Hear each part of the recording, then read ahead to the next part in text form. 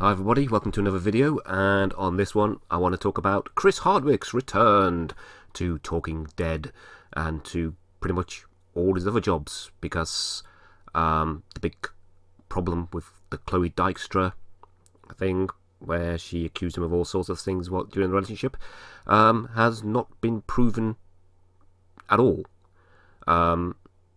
In-house checks were made by the different companies involved, and he's been reinstated pretty much everywhere. Even his name has gone back on the Nerdist website, which he founded but left in 2017. They took him off the moment these allegations were made, but now his name is back on, and now he's also back working on Talking Dead as well, because AMC looked into it and found nothing wrong. If you don't know the story, then you've had your head in the sand, but I think I'm probably speaking to people who've heard this a lot. Basically, his long-term girlfriend a few years back, Chloe Dykstra, made sexual abuse allegations and other allegations against Chris Hardwick while they were in a relationship together. She basically put them in what she calls an essay and posted them on a blog, and that was it. That's all it took. That's all it takes now, is for somebody to accuse somebody of anything, and they're out until it can be proven otherwise. So guilty until proven innocent is the system going on these days, thanks in part to the Me Too movement. Now, I'm not slamming sexual abuse, I'm not slamming claims of that ilk at all, but these things need to be proven, and you need to go to the law. You need your day in court. Now, if she'd put out this blog post but at the same time gone to the police, gone to lawyers to find out how she could go after him because of the hurt that she states she suffered and the sexual abuse allegations she suffered, then I would have had no problems with it whatsoever, because that's what you're supposed to do. If he did what she said he did, then she needed to have gone to the law one way or another. She didn't. She basically just went online in order to destroy his career. Yes, it might have been out of some sort of desperation, perhaps, as some people have said, that she didn't know what else to do. I'm certain she knew what else she could have tried to do. Even if it lost in court because there wasn't enough evidence, that would have been it, really. He would have never been allowed back, because she would have gone to court over it. She would have gone to the law. She would have tried to take him to court one way or another. Even if she'd lost, he would have lost too, because that sort of thing really does stick. Instead, she basically posted something online, because social media and online, that's the real court these days. No, it's not. People in the Hollywood bubble, people outside the Hollywood bubble, again, need to know that the real court of law is the law. If you're going to make allegations against somebody of this sort of magnitude, you need to go to the law. So, last month, AMC reinstated Chris Hardwick following the sexual abuse allegations made by his former girlfriend, Chloe Dykstra. An assessment, mind you, that didn't even involve Dykstra, they like to say here. Well, why would it involve Dykstra? Hello, you've made allegations. Can you confirm that you still want those allegations to stand, that you've written down? Yes. Oh, okay. Oh, we won't reinstate him then, because obviously you're telling the complete truth about this. Therefore, that's what we'll take it as. You can say whatever you want, and we'll just take it as real. So no, it wouldn't include Dykstra. She stated what she stated online. Then they need confirming evidence from other people. And everybody else involved, from the sound of things, said nope. But the series set to return this Sunday. Hardwick's involvement hasn't gone over well with some of his more woke colleagues.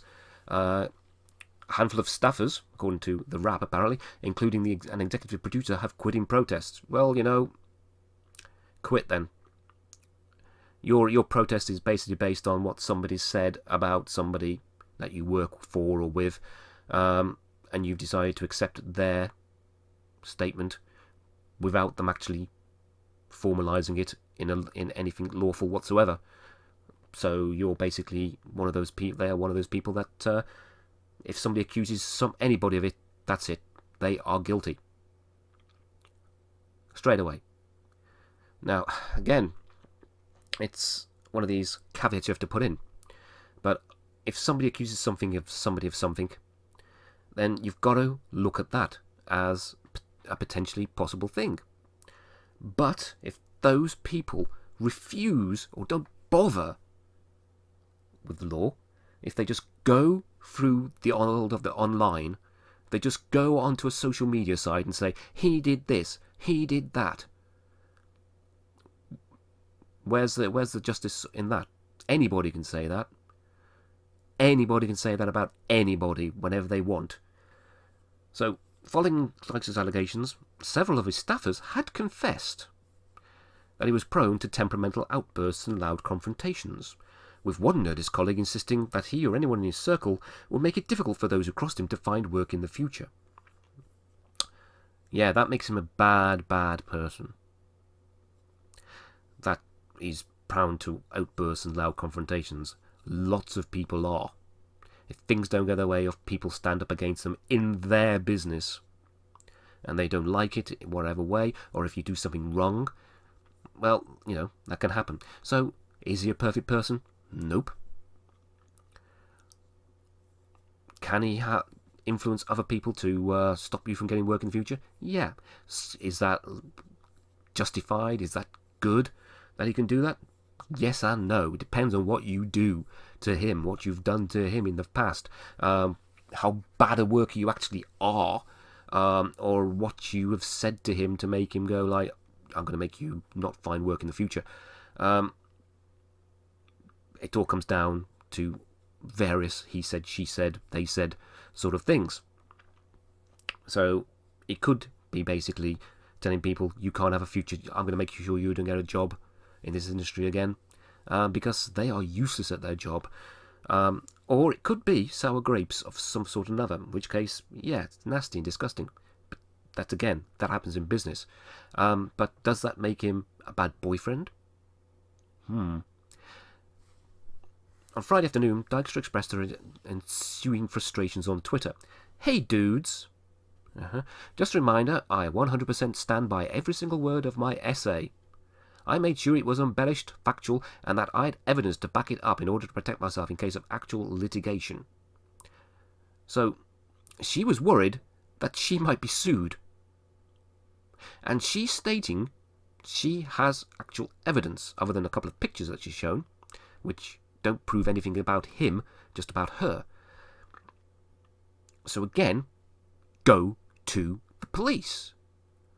Or sue him. Don't keep going online and going like, I want you destroyed, I want to destroy you myself online. Now some people are saying, hey, you wouldn't put yourself out there to say all this if you weren't telling the truth. But there's been lots of cases of people going online and trying to destroy people and then being found out.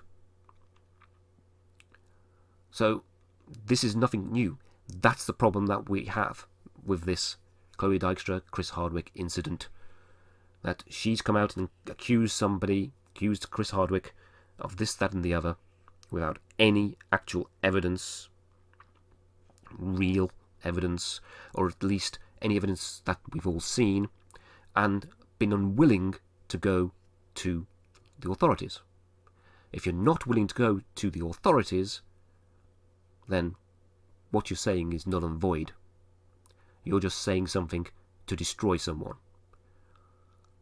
Anybody can say something to try and destroy someone. And that's my main problem with this. The hashtag #MeToo movement was all about getting the people who abuse people to get in positions of power.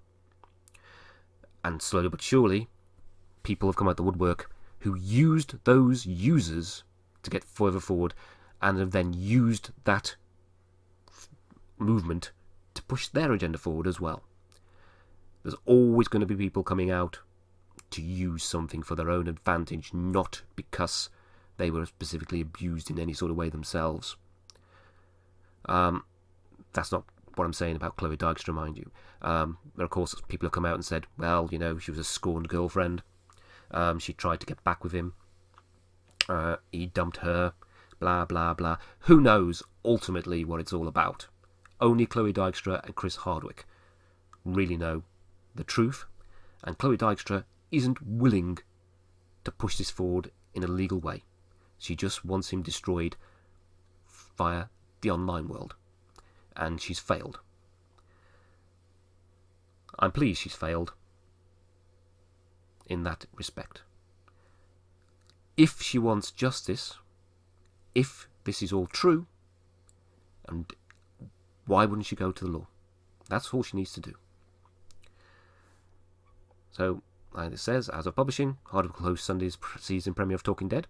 He remains reinstated at NBC, where he appears on programs such as The Wall and America's Got Talent, and he's been relisted as on the Nerdist as the co-founder.